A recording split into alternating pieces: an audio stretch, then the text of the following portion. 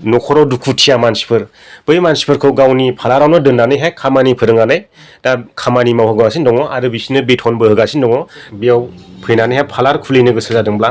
बाजैमोननि हेफाजाब लाब्लानो जाबाय। हेल' रायजोफोर खुलुमबाय बयखौबो दिनैनि गोदान भिडिअ नोंथांमोनखौ बरायबावनाय जाबाय। रायजो राजा नोंथांमोन दायो जोङो मिथिनानै लागोन बाजैनिफ्राय बाजैया बेंगलराव फैजेननानैहाय माब्रैहाय पार्लारनि मालिक जानो हाखो मोनसे गुबुन रायजोआव फैनानै नैबेखौ जोङो मिथिनानै लानो हागोन। दा बाजैया रायजो राजानि सिगाङावहाय खिन्थानानै होदो माब्रैहाय मालाय रायजोआव फैनानैहाय पार्लारनि बिजनेसखौहाय स्टार्ट खालामजेना नैबेखौहाय एसे फोरमायना होदो। दे खुलुमबाय आंनि मुङा सन्जिता दैमारि आं उदालगुरिनिफ्राय आङो 2006आव फैदोंमोन बेनि उनाव आङो खामानिफोरखौ सोलोंनो स्टार्ट खालामदों ओमफ्राय स्टार्ट खालामै खालामै 7 बोसोरनि उनावहा आङो खस्थ' गोबां स्ट्रागल खालायखादों आङो बिनि उनाव ओमफ्राय 2013आव आं स्टार्ट खालामदों गावनि निजा खालामदों आङो फिसा खुलिजेनदोंमोन जेन खुनुरुखुम अनलि फर 1,80,000नि जेबो पस्टार गैयालाबानो ओरैनो नर्मल गामियाव जेरै दखानफोरखौ होयो बेबायदि स्टार्ट खालायजेनदोंमोन जोङो बिनि उनाव लासै लासै कास्टमार एसे एनै बारायनायदों जोङो पस्टारफोरखौ लगायनानै लानो हादोंमोन आरो दिनैसिमावहाय निजा पार्लार खुलिनानै खामानि मावनाया खय बोसोर जाखो? आं 10 बोसोर जाबाय। 10 बोसोर औ 10 बोसोर दिनैसिमावहाय मोनबेसे पार्लार बानायनो हाखो? आंना दा मोनथाम जाबाय। आरो जोङो मिथिनो नाजाबावगोन बाजैनिफ्राय दा बाजैया पार्लारनि मालिक जानो हानानै मासावहाय इनकामखौ बेसेबां खालामनो हायो? ओरैनो मथा मथि मा होनो रेन्ट गारनानै ओमफ्राय मावग्राफोरनो होनानै आङो ओरैनो मोनथाम पार्लारजों जमा खालामोबा बिदिनो 1.5 लाख 2 लाख हायो आङो खामायनो। जायनाखि पार्लारावहाय खामानि मावनो मानसि लायो बै मानसि लानायफोरनो बेथनखौ बेसेबां बुजायो दलमाखौ? ओरैनो गामिनिफ्राय फ्रेस फैयोब्ला बिथांमोनखौ जोङो फोरोंनाय जायो ओमफ्राय फोरोंनानै जोङो 3,000 होनानै फोरोंनानै 3,000 होनानै जोङो खामानिया आपग्रेड जायोबा खामानि रोङोब्ला बिदिनो बारायलाङो 4 माह 6 माहनि उनाव बिसोरखौ जों बारियै जेब्ला 2 बोसोर 1 बोसोर जायो बिसोरनि बेथनफोरा दाहालागै 8,000 10,000 12,000 नै बिदि जाहैना दङ ओमफ्राय टारगेट होयो दिन टारगेट होयो जाया नै बिसिबांखिनि खामायो 5,000 खामायना होयोब्ला आंनो सानसेयावनो 500 बिदि मोननायजों बिसोरो बिदिनो 12-16 हाजारखौ खामायो बा 15,000 16,000खौ खामायो आरो बिसोरबो मासाव औ। बाजै जोङो मिथिनो मोननाय बायदिला बे बिल्डिं गंसेया नों हारसिंनो लाजोबो बे बिल्डिं गंसेनि भाराखौहाय बेसेबां होनाङो मासाव? बे बिल्डिंआ ओरैनो नर्मालि अनलि फर बिल्डिं रेन्ट होनथाया जाहैबाय 36,000 ओमफ्राय बेवहा दुगैनायनिफ्राय लाना गासैखौबो बायनांगौ जायो बेंगालराव दैया बिराद दैया सना बायदि बेंगालरावहा ओंखायनो दै बायनायजों कारेन्ट बिलजों 40,000 थाङो आरो मासाव ना जोङो बेखौबो मिथिनो मोनबाय आरो जोङो मिथिनानै लाबावगोन आलदा बाथ्रा हयथ' नोंथांमोनाबो इयुनफ्राव फैनानै बेफोरबायदि बिजनेस खालामनानै जानो हायो। आं दा आंनि गोसोनिफ्राय मोनसे बाथ्रा सोंनो लुबैदों बाजैनियावहाय रायजो राजा नोंथांमोन दा जोंनि माखासे बर' रायजो राजाफ्रा गासैबोथ' नङा माखासे माने पार्लार मावग्राफोरखौहाय ओरैबायदि 2 नाम्बार ब्लेकमेल खालामनानै न'आव थाखा लाबोयो होननानै बुङो दा बेखौ जोङो बाजैनाव सोंनानै लागोन बेखौहाय एसे बुंनानै हरदो रायजो राजाफोरनि डाउटखौहाय एसे क्लियार खालामहरदो बाजै। सोरबा मोजां मावनायबो दङ सोरबा गाज्रि मावनायबो दङ ओमफ्राय आं बेखौनो नोंथांमोननियाव खावलायनो सानदों माने बयबो नङा गासैबो बेबायदि गाज्रि खामानि मावो बे नङा नोंथांमोनाबो इउटुबनि गेजेरजों नुनो मोनगासिनो दङ जों माबायदि खामानिखौ मावदों आरो नोंथांमोना नायलांगोन माखासे मावनाय भागोखौथ' मावथोंसै जोंथ' मोनथिलानो नाथायबा दायो जिबायदि नुगासिनो दङ नोंसोरो इउटुबाव बिदिनो नायलांदो जोंनि खामानिया माबायदि आरो नोंसोरो नुगासिनो दंखायो बेनो। सोरबायादि जोंनि बर' आइजोफ्रा गुबुन रायजोआव थांनानै ओरैबायदि गाज्रि मावहैयो होननानैहाय रायजो राजाफ्रा सोरबा सावरायलायो नैबेफोर बाथ्राफोरखौहाय एसे खेंफोरथि हरदो रायजो राजानि सिगाङावहाय। आं बेखौनो खावलायनो सानदों रायजो राजा नोंथांमोननिसिम गोबां माने माखासे जोंनि बर'फोरा गोबां खस्थ' मावदों पार्लाराव मावदों नोंथांमोना जे साननाङा गासैबो बेबायदि गाज्रि खामानिखौ मावनानै जादों होननानै नाथाय गोबां खस्थ' खालामनायनि गेजेरजोंसो पार्लारखौ माबानो हायो मा होनो फसंथानो हायो पार्लाराव मोखां देलायनायल' बे नङा आथिं सुनायनिफ्राय लानानै बेबायदि खर'सिम बेबायदि खामानिखौ जों मावनो गोनां जायो माखासेया जोंनि बेंगलराव क्लाइमेटआ माने बारा इसिबां माबा नङा माने खोमोन फुयो बिथिंनि मानसिफोरा बेफोरखौ साफा खालामो आरो आथिं बिराद सुजानो मोजां मोनो आथिंफोर साफा खालामनांगौ जायो नाथाय जोंनि बर'फ्रा लाजिनानै खोन्थाया बेफोरखौ नाथाय बेफोरनिफ्रायसो सुरु बेबायदि आरो जोंनि पार्लाराव मावनाया बेफोरबायदि बडि नानाय मा नानायथ' गैखायानो जाहैबाय बडि नानाय मा नानाय बेलेगाव थानो हागौ नाथाय जोंनावथ' गैया नोंसोर नुखाबाय नोंसोर नायखाबाय दा नायबाय रायजो राजा नोंथांमोन दा बाजैयाथ' बेंगलरावहाय सासे पार्लारनि मालिक जानो हाबाय ओमफ्राय बे पार्लारनि मालिक जानायावहाय दा गोदानै सोरबाफोर नोंथांनियाव खामानि सोंहरोब्ला बैसोरनो खामानि होनो हागोन ना हाया हायो जायनो खामानि नांगौ जाया जेनेबा फरायबाय जोब्बाय जेरै BA फरायनानै दङ सोरबाया बेबायदि ग्रेजुवेट जानानै दङ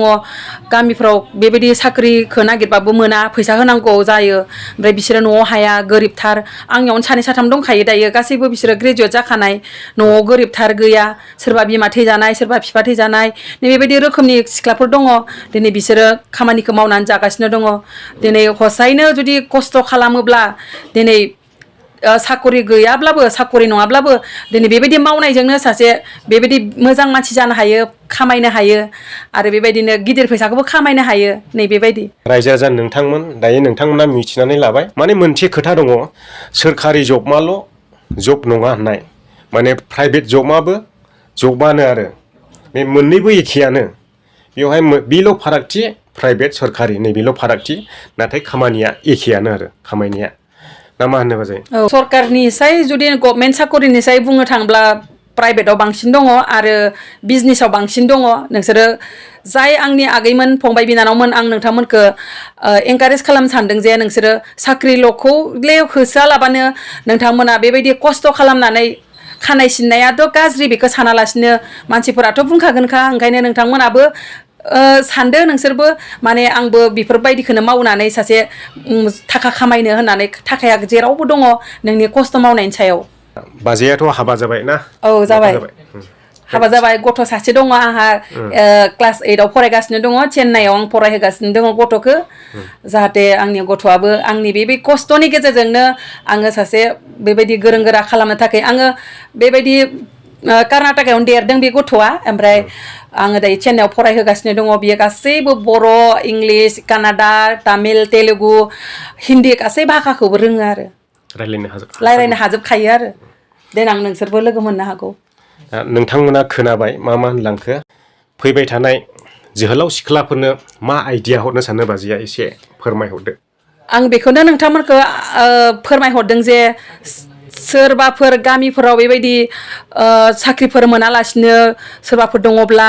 गोबां दुखुआव दङब्ला नोंथांमोना फंबाय बेंलायनि गेजेरजों बा सोरनिबा गेजेरजों इउटुबनि गेजेरजों नोंथांमोना कन्टेक्ट खालामनानै दिनै माबायदि खामानिखौ मावोब्ला मोजां जागोन बेखौ नोंसोरबो कन्टेक्ट खालामनानै बेबायदि खामानिखौ मावनानै लाफैनो हागोन सोलोंना लाफैनो हागोन पार्लारावल' नङा हटेलावनो होन जि खामानियावनो होन जेरावबो जिया आखाइनि खामानिखौ रावबो सेना लांनो हाया नैबेबायदि खामानिखौ नोंसोरो सोलोंना लाफैनो हागोन न'आव थानानैथ' आरो मा मावनो